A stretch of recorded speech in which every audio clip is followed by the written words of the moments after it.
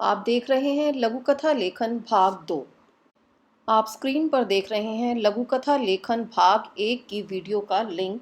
भाग 2 देखने से पहले आप भाग 1 अवश्य देखें। इस वीडियो में हम चर्चा कर रहे हैं लघु कथा लेखन संबंधी संभावित प्रश्नों की।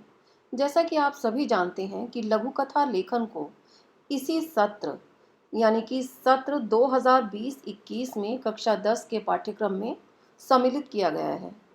इसलिए कोई भी नहीं जानता कि प्रश्न पत्र में किस तरह के प्रश्न आएंगे। इसीलिए यह वीडियो बनाई गई है और इसमें कुछ ऐसे प्रश्नों पर चर्चा की गई है जिनके प्रश्न पत्र में आने की संभावना है। पहला संभावित प्रश्न है, चित्र देखकर कहानी लिखिए। इसमें आपको यह ध्यान रखना है कि यह चित्र वर्णन नहीं है। इसमें आपको चित्र देखना है और चित्र देखकर एक सार्थक लघु कथा की रचना करनी है। दूसरा संभावित प्रश्न है, दिए गए रिक्त स्थानों की पूर्ति करते हुए लघु कथा पूर्ण करें। आप स्क्रीन पर एक लघु कथा देख रहे हैं जिसमें बीच बीच में रिक्त स्थान छोड़े गए हैं। इस तरह के प्रश्न में आपको इन रिक्त स्थानों की पूर्ति करते हुए एक सार्थक कथा की रचना करनी होगी। तीसरा संभावित प्रश्न हो सकता है, अधूरी कहानी को पूरा करिए और शीर्षक लिखिए। उदाहरण, गणेश चतुर्थी का दिन था। चाची ने पूजा के लिए मोदक बनाए थे।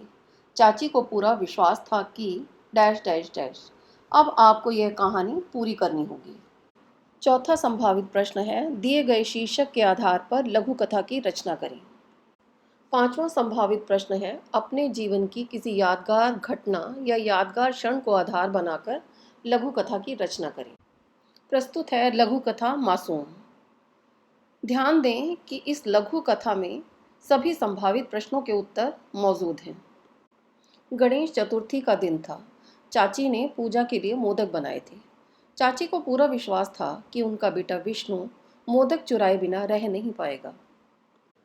विष्णु भी मोदक चुराने की कला में निपुण था। चाची की नज़र बचते ही उसने 2 मोदक चुरा ही लिए।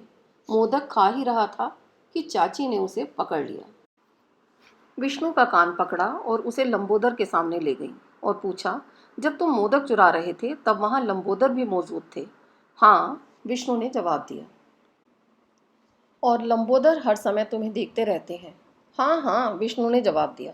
तुमसे लंबोदर ने क्या कहा? लंबोदर ने कहा, तुम्हारे और मेरे अतिरिक्त यहाँ कोई नहीं है, इसलिए मोदक ले ही लो।